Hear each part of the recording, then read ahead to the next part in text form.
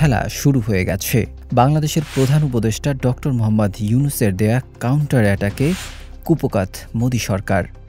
মোদির সকল চাল ব্যর্থ করে নতুন পথে হাঁটছে বাংলাদেশ। বাংলাদেশকে নিয়ন্ত্রণ করার জন্য মোদির সব চেষ্টা বানচাল করে দিচ্ছে এক নিমিষেই। যে মোদি বাংলাদেশকে মনে করেছিল একটি দুর্বল রাষ্ট্র, সেই মোদিরই এখন রাতের ঘুম হারাম।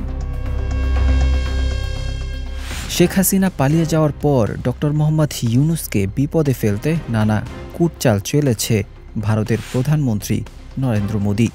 এবার ডক্টর মোহাম্মদ ইউনূস মোদিকেই ফিরিয়ে দিলেন মোদির আঘাত। এ যেন ইটের বদলে পাটকেল। সম্প্রতি বাংলাদেশের জন্য ভারতের ট্রান্সশিপমেন্ট সুবিধা বাতিল করে দেয় ভারত। এই সুবিধা ব্যবহার করে বাংলাদেশ বিশ্বের বিভিন্ন দেশের সাথে বাণিজ্য করত, কিন্তু হঠাৎই এই সুবিধা বাতিল করে ভারত। ভারতের পররাষ্ট্র মন্ত্রণালয়ের ব্যাখ্যা ছিল তাদের বন্দরে ভিড় বেড়ে গেছে, কিন্তু মোটেও সেটি হওয়ার কথা নয়। কারণ বাংলাদেশ থেকে যে পরিমাণের পণ্য ভারত হয়ে বিশ্বের বিভিন্ন দেশে পাড়ি জমায় তা সংখ্যায় খুবই অল্প। এতে করে বোঝাই যায় ভারত কেন এই পদক্ষেপ নিয়েছে। ভারতের ধারণা ছিল এই ট্রান্সশিপমেন্ট বাতিলের ফলে চাপে পড়বে বাংলাদেশ, কিন্তু হিতে বিপরীত। এবারও বাংলাদেশ দাবার কোটে মোদির চালকে গ্রাস করে ফেলল।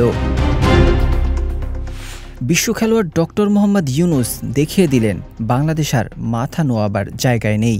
এখন আর কাউকে পূজা নয়, বরং প্রতিনিধিত্বের দিন। আর তাই তো ভারত থেকে আমদানি করা বেশ কিছু পণ্যের উপর নিষেধাজ্ঞা জারি করে বাংলাদেশ।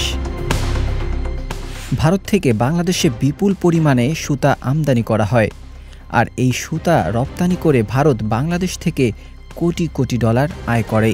কিন্তু বাংলাদেশের এই নিষেধাজ্ঞায় সেই পথ বন্ধ হয়ে গেছে পুরোপুরি। আর এ নিয়ে বাংলাদেশের জবাব ছিল, এটি ভারতের বিরুদ্ধে নয়, বরং স্থানীয় উৎপাদকদের সুরক্ষার জন্য। এর আগে গত 5ই আগস্ট হাসিনা সরকারের পতনের পর বাংলাদেশিদের জন্য ভিসা বন্ধ করে দেয় ভারত। আর সেই ভিসা বন্ধ করে দেওয়ার পর থেকেই কলকাতার ব্যবসায়ীদের মরণদশা। বাংলাদেশি পর্যটক না থাকায় কলকাতার হোটেল মোটেল এখন বন্ধ হয়ে গেছে। এদিকে রোগী কম থাকায় দিল্লি, চেন্নাই এবং পশ্চিমবঙ্গের হাসপাতালগুলো এখন রোগীশূন্য। আর তাই তো বাংলাদেশের রোগীর অভাবে হসপিটালগুলো এখন বন্ধের পথে। ডক্টর মোহাম্মদ ইউনূসের এই পদক্ষেপের ফলে বাংলাদেশ পেয়েছে দ্বিমুখী সফলতা। প্রথমত, স্থানীয় উৎপাদনকারীরা হবেন লাভবান, ডলারের বহির্প্রবাহ হ্রাস পাবে। অন্যদিকে ভারতের একটি নির্ভরযোগ্য বাজার ধসে পড়েছে, যার সবচেয়ে বেশি প্রভাব পড়েছে পশ্চিমবঙ্গে, যেখানে ব্যবসা বাণিজ্যের পুরোটাই নির্ভর করে বাংলাদেশের উপর। ইতিমধ্যে পশ্চিমবঙ্গের ব্যবসায়ীরা রাস্তায় নেমে মোদির বিরুদ্ধে ক্ষোভ প্রকাশ করতে শুরু করেছে।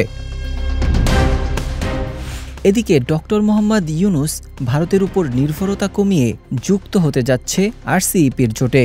এই জোটে চীন, জাপান, দক্ষিণ কোরিয়া, অস্ট্রেলিয়া সহ বিশ্বের 15টি দেশ রয়েছে, যারা বিশ্ব অর্থনীতির 30% নিয়ন্ত্রণ করে।